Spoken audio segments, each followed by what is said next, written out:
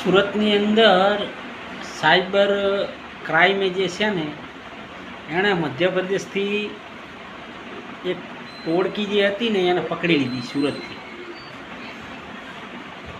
કે જે cyber fraud કરતી હતી. 19 કરોડ રૂપિયાનું ફ્રોડ કર્યું એણે. બોલો, તમે વિચાર તો કરો.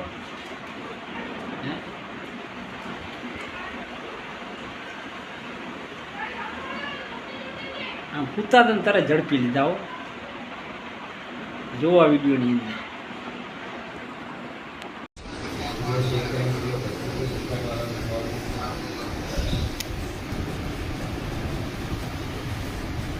गुल्लू किधर है? कौन है गुल्लू?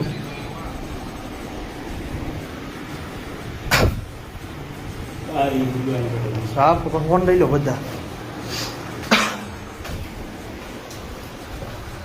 साहब ऊपर आओ, एक जनो नीचे जाओ, खाली ऊपर आओ, ऊपर आओ. ए ऐसे रहने दो, चल चल ऐसे रहने दे सब. વિડીયો ગમે તો વિડીયોને લાઈક, શેર અને ચેનલને સબસ્ક્રાઇબ કરી દેજો. જય હિન્દ, જય ભારત, વંદે માતરમ.